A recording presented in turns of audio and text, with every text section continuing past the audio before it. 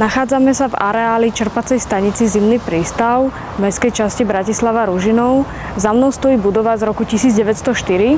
Táto budova bola až do roku 1986 používaná ako jediná čerpacia stanica, kanalizačná čerpacia stanica v Bratislave.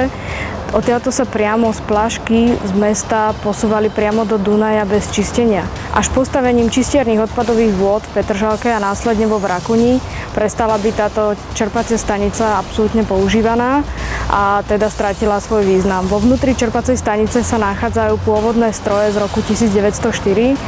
Sú to rôzne dieselové agregáty, ktoré ďalej poháňali z plášky z mesta Bratislavy cez 2 odvodné tunely ďalej do Dunaja bez čistenia.